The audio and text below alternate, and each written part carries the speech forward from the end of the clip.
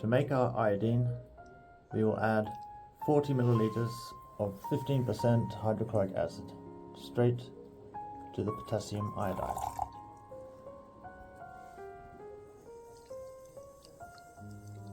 Next, we add 60 milliliters of 10% hydrogen peroxide. This produces our iodine vapors.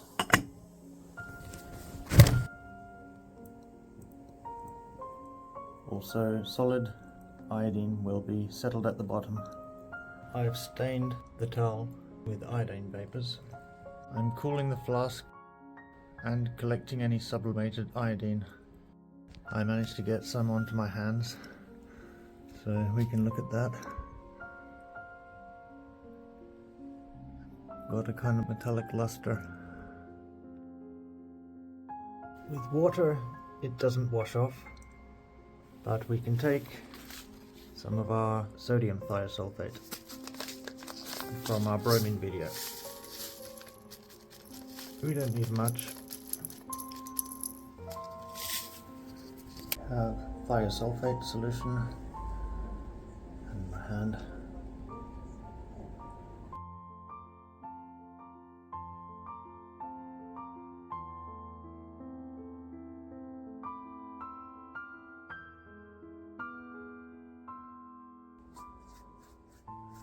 That reduces the iodine back to iodide. Or you can just wear gloves. Now, you take a glass stirring rod and try to get all of the iodine into the solution.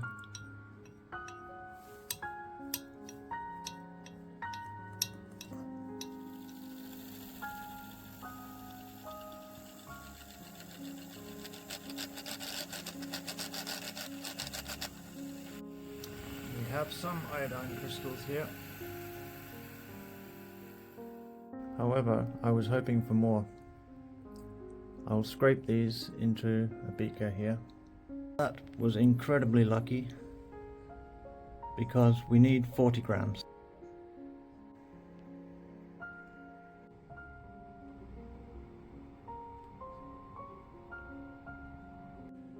Drying a piece of glassware with acetone. We now have methanol, iodine, and red phosphorus. That's 60 milliliters of pure methyl alcohol, 40 grams iodine, and 20 grams of red phosphorus. The red phosphorus will be recovered afterwards. Place 40 grams of iodine into here. To this we will add our 60 milliliters of methanol. The iodine dissolves in the methanol. Now we want to make an ice bath.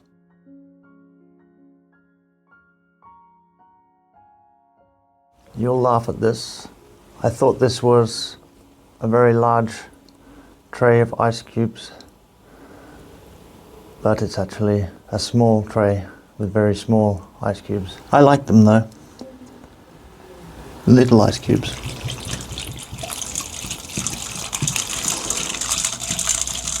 I'm actually going to use a beaker instead. This way, a stir bar can be used.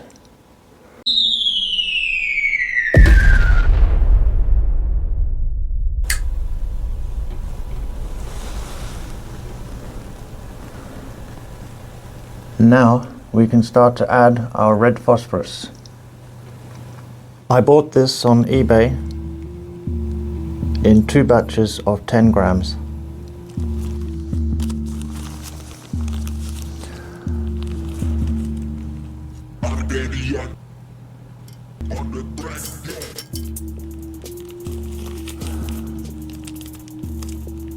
This makes phosphorus triiodide when it reacts with the iodine, and the phosphorus triiodide reacts with the methanol to form our methyl iodide.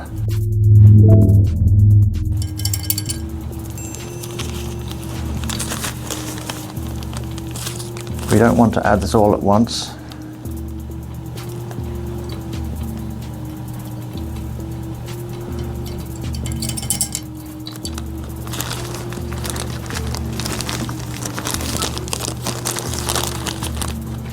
Because we want to keep the temperature cold to stop the methyl iodide from boiling.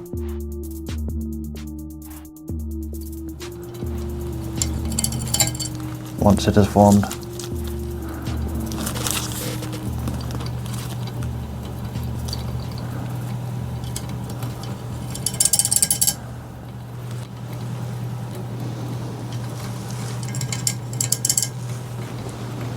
Just to check the temperature.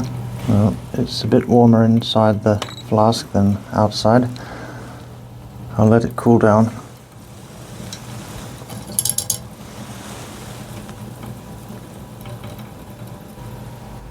Methyl iodide boils at 42.4 degrees.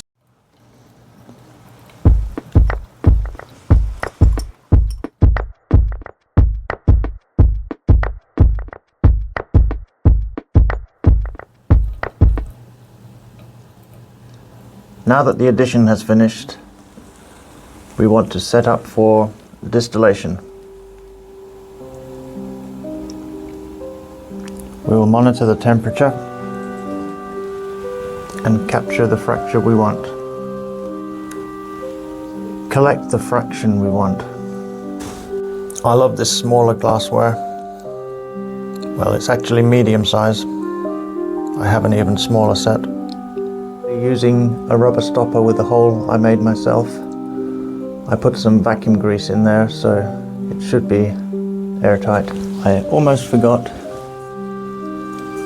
we need condenser water. Now we'll just wait.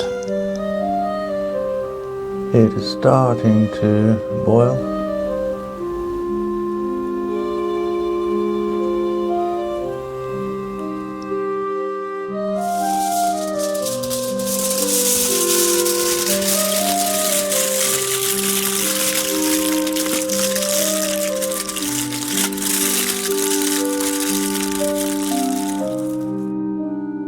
Some foil will help it to stop refluxing on the walls.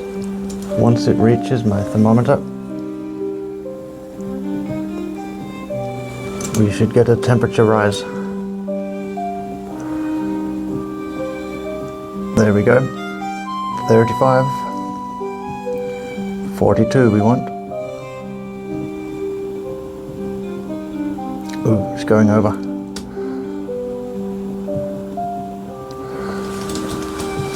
Okay. That's actually not very good because methanol's boiling point is 64.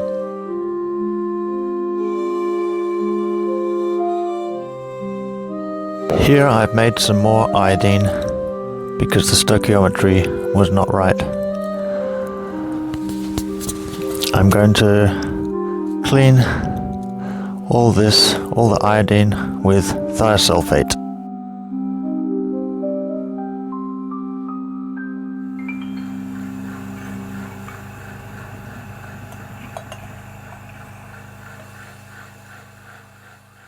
This time we have 75 grams of iodine. We're going to add 60 milliliters of methanol again. We were able to recover most of the red phosphorus.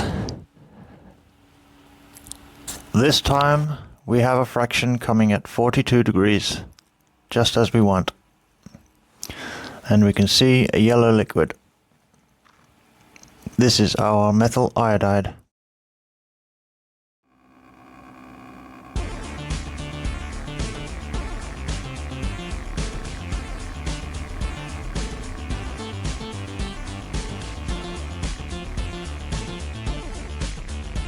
As we wait for this to finish, we can prepare a solution of sodium chloride, 20 milliliters.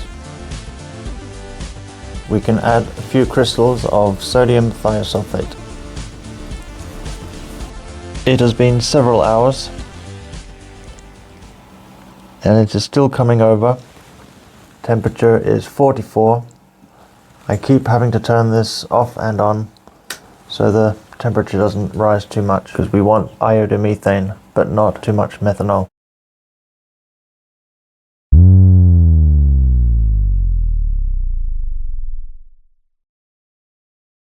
This clears up the iodine.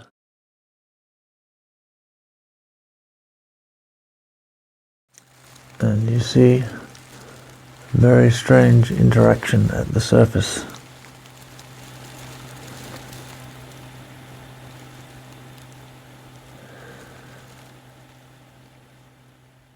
After the first washing, much of the methanol moved into the aqueous phase, leaving behind the methyl iodide, which I have now put in the funnel again with some more water.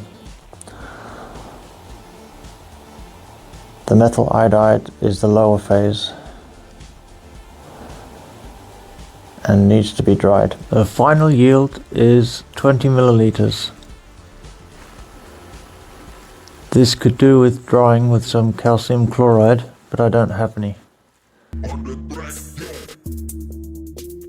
Now that we have made methyl iodide, it is important to note that this compound can be useful for a variety of reactions, like alkylation in organic syntheses or creating methylated derivatives of other compounds. Remember, it's highly reactive and toxic, so always work with proper precautions and in a well-ventilated area. Happy experimenting. Thank you for watching. The end.